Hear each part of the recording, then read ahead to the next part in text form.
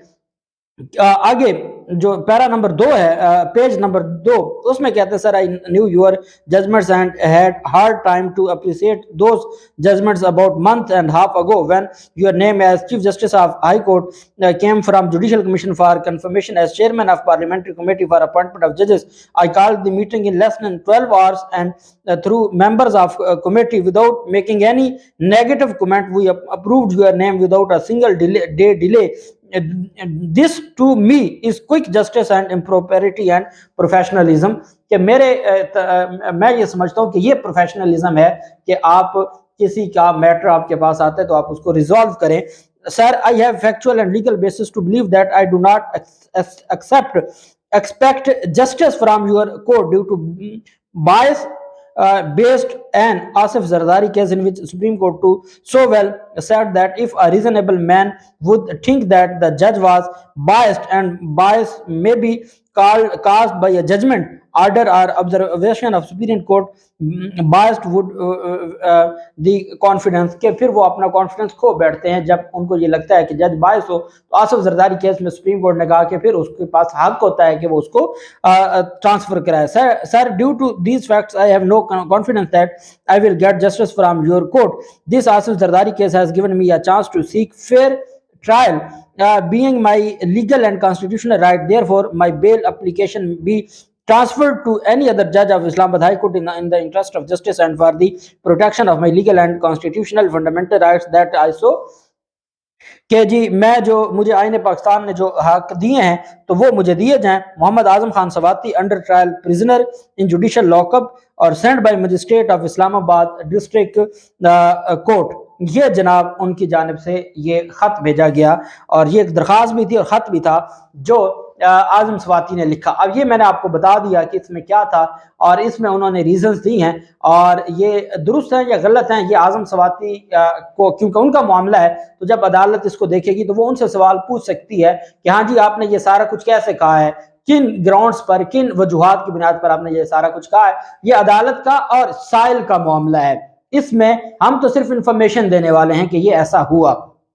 اب آگے Pakistan bar council کے وائس چیئرمین جو ہیں حفیظ الرحمان چودھری. اچھا ایک بات آپ یاد رکھیے گا کہ پچھلے دنوں ایران آصف جو ممبر ہے پنجاب بار کونسل کے, ان کا معاملہ بنا ہوا تھا اور آپ جانتے ہیں کہ ملک شہزاد جو سینئر موسٹ جج ہیں لاہور ہائی کورٹ کے, ان کے ساتھ معاملہ بنا, توہین عدالت کی کارروائی ہوئی اور تمام وکلاء نے اتنا کچھ ملک شہزاد کے بارے میں کہہ دیا کہ جس کی کوئی مثال نہیں ملتی. اب وہ اپنا رائٹ سمجھتے ہیں. یہی جو حفیظ الرحمان صاحب ہیں وائس چیئرمین ہیں پاکستان بار کونسل کے, یہ اور تمام جو وکلا قیادت ہے وہ ہائی کورٹ میں ہر احتجاج کی قیادت بھی کر رہی تھی, تنقید بھی کر رہی تھی اور جج سے معافی کا مطالبہ کر رہے تھے. یہ ہے کیونکہ وہ بار کے ممبر تھے. اب جہاں پر ان کی سیاست اوپر سے آ جائے, نو لیگ اور پی ڈی ایم کی سیاست آ جائے, وہاں پر پھر ان کو اپنے جو وکیل ہیں وہ بھی بھول جاتے ہیں. اور میں یہ وکلا سے یہ کہوں گا کہ ایک 75 سال کا وکیل اگر خط لکھتا ہے اور بڑے مہذب انداز سے اپنا اختلاف یا احتجاج ریکارڈ کرواتا ہے, اس پر تو جو ہماری قیادت ہے وہ پریس ریلیز جاری کر کے مذمتی قرارداد منظور کرتی ہے اور جو جج کے سامنے کھڑا ہو کے اس کے بارے میں جو کچھ بھی کہتا ہے اور بعد میں پھر سارے وکیل اس کی کیوں کہ وہ ان کے گروپ کا ہے اور وہ ان کے گروپ کا نہیں ہے. تو یہ چونکہ وہ پاکستان تحریک انصاف کا سینیٹر ہے اس وجہ سے وہ بھلے وکیل ہے لیکن وہ اپنا پرامن احتجاج یا اپنا جو ایک ان کا پوائنٹ آف ویو ہے وہ بھی نہیں بیان کر سکتا, جبکہ یہ نعرے بازی بھی کر سکتے ہیں اور جج صاحب کے چیمبر تک بھی پولیس کو کھڑا ہونا پڑتا ہے کیونکہ وہاں پر خطرہ ہوتا ہے, تھریٹ ہو سکتا ہے. یہ ان کی ٹوٹل اوقات ہے, صرف کس لیے, پی ڈی ایم کے لیے کہ تکلیف کس کو ہوئی ہے سارے معاملے سے.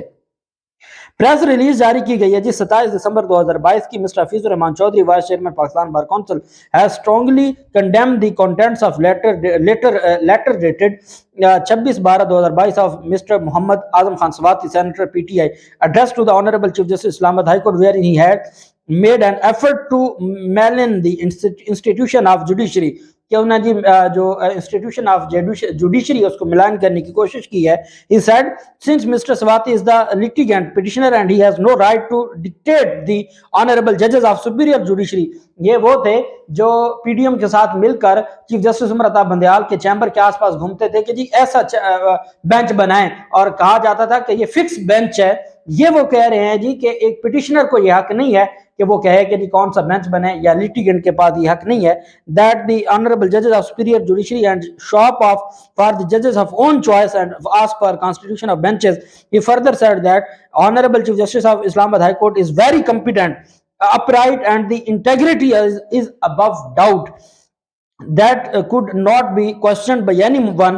The Honorable Chief Justice of Islamabad High Court ever delivered judgments as per constitution and law. کہ جی انہوں نے جو بھی فیصلے دیے ہیں وہ قانون کے مطابق اور لا کے مطابق دیے ہیں. اس وجہ سے جو جج صاحب کی گستاخی کی گئی ہے یہ بالکل غلط بات ہے اور ہم اس کی مذمت کرتے ہیں. اب اعظم سواتی 75 سالہ بزرگ ہے اور اس کیس میں آپ دیکھ لیں، اور رانا آصف کا جو ممبر پنجاب بار کونسل کا معاملہ ہے وہاں دیکھ لیں، صرف معاملہ کیا ہے کہ یہاں تکلیف پہنچی ہے پی ڈی ایم کو، کیونکہ وہ پی ٹی آئی کے سینیٹر ہیں، اور کس کے بارے میں کیا کہا جا رہا ہے، تو یہ چیزیں ان کو آپ نے غور کرنا ہے، اور یہ صرف آپ کو بتانے کے لیے میں نے عرض کی ہیں، اور میں نے کمپیریزن کیا ہے with due respect. Anti corruption محکمہ اینٹی کرپشن پنجاب نے سرکاری اراضی جعل سازی کیس میں مسلم لیگ نون کے رکن قومی اسمبلی چودھری محمد اشرف کو گرفتار کر لیا ہے، اور ایف آئی آر کے مطابق رکن قومی اسمبلی ملزم چودھری محمد اشرف نے محمد سلیم پٹواری اور ریاست علی گرداور سے مل کر 157 ایکڑ ایک کنال 16 مرلے سے زائد سرکاری اراضی جعل سازی اور فراڈ سے جعلی گرداوری بنا کر اپنے قبضے میں رکھی ہوئی تھی۔ کتنی جی؟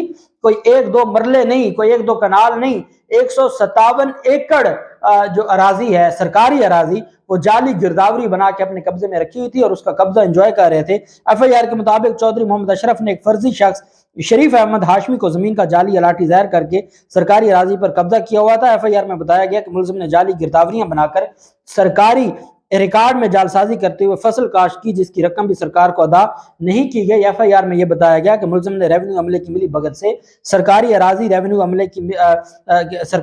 کے جعلی دستاویزات بنا رکھے تھے، اور اس جرم میں محکمہ ریونیو کے متعلقہ ملازمین بھی برابر کے شریک ہیں۔ ایف آئی آر کے مطابق ملزم نے سرکاری خزانے کو کروڑوں روپے کا نقصان پہنچایا، لہذا ملزمان کے خلاف کارروائی عمل میں لائی جاتی ہے۔